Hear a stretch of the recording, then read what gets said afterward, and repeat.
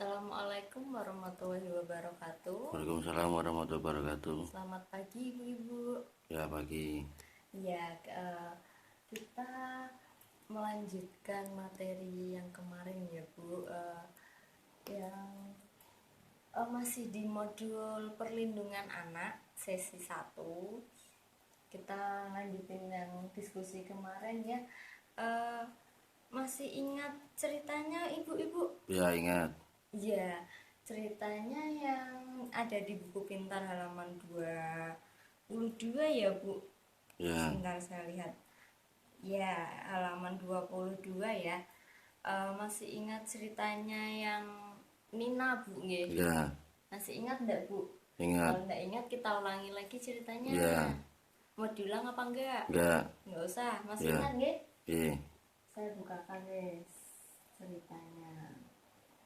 Kita review aja sebentar nggih. Jadi pertemuan yang kemarin itu ini ceritanya Nina itu kan Nina nangis nggak mau sekolah ya.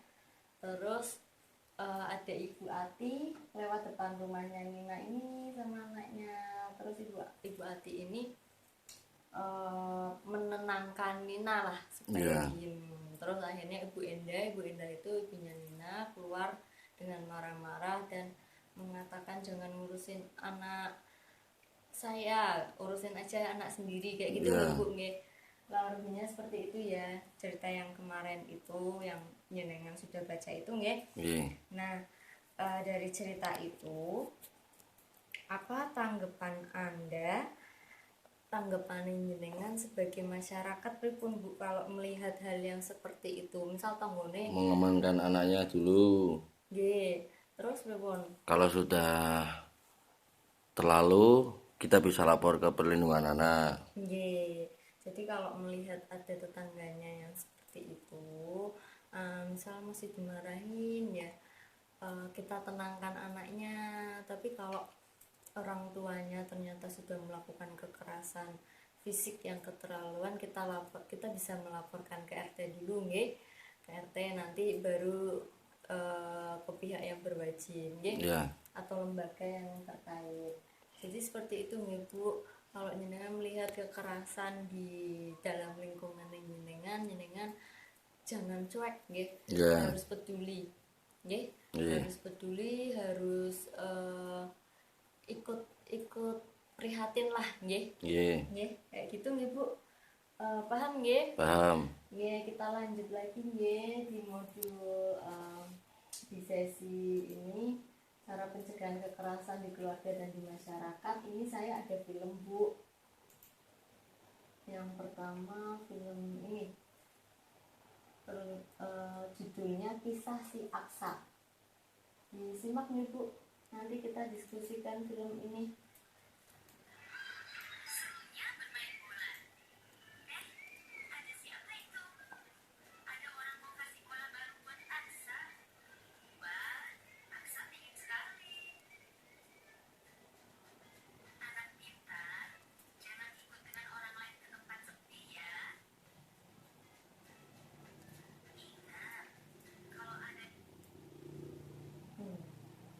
Sebentar ya. Ini yang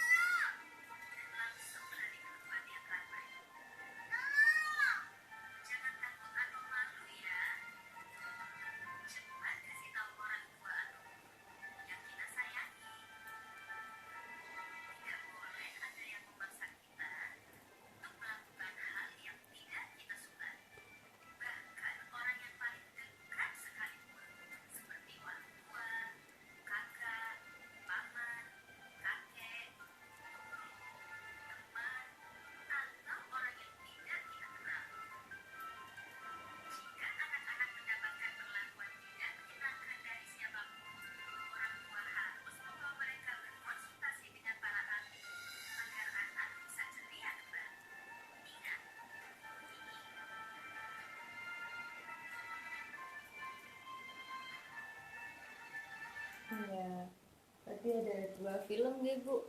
Iya. Kisahnya Aska sama kisahnya Geni. Dari 2 film itu, hmm, apa yang bisa kita ambil Bu? Kita ambil pelajaran, apa yang bisa kita ambil pelajaran Bu? Monggo. Kenapa Bu? Jangan sampai ada orang lain mengganggu anak kita, Nggih, membuat anak tidak senang. nggih. Jika sudah merasa tidak senang, teriak atau lapor.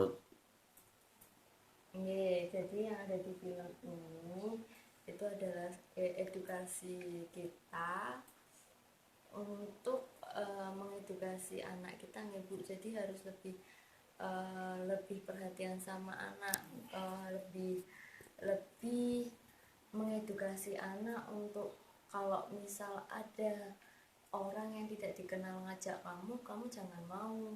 Kalau misal ada yang peluk-peluk kamu, cium-cium kamu jangan mau.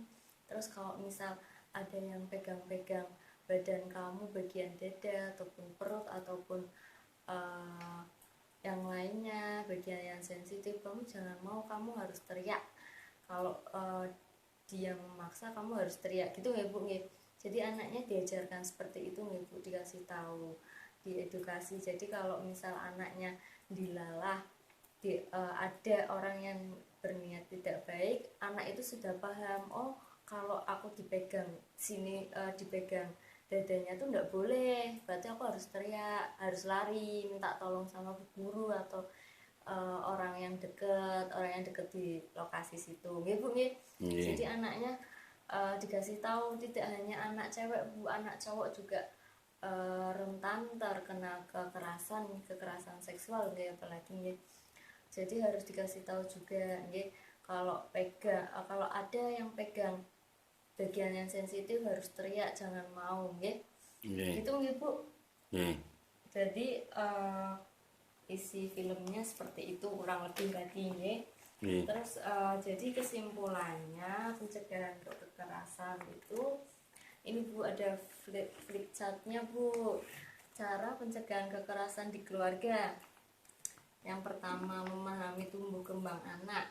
Yang kedua, menjadi pendengar yang baik, anak sebagai teman berdiskusi. Jadi jangan harus jadi pendengar yang baik, jangan cuma maunya didengerin tok nih Bu, tapi nggak mau mendengar keluh kesah anaknya nggih. Terus membantu kesulitan anak terlibat dalam kegiatan sekolah, jangan harus ikut serta. Misal anaknya kesulitan membuat PR, ya jangan bantuin lah, ngajarin nggih. Terus menyediakan waktu yang berkualitas untuk anak.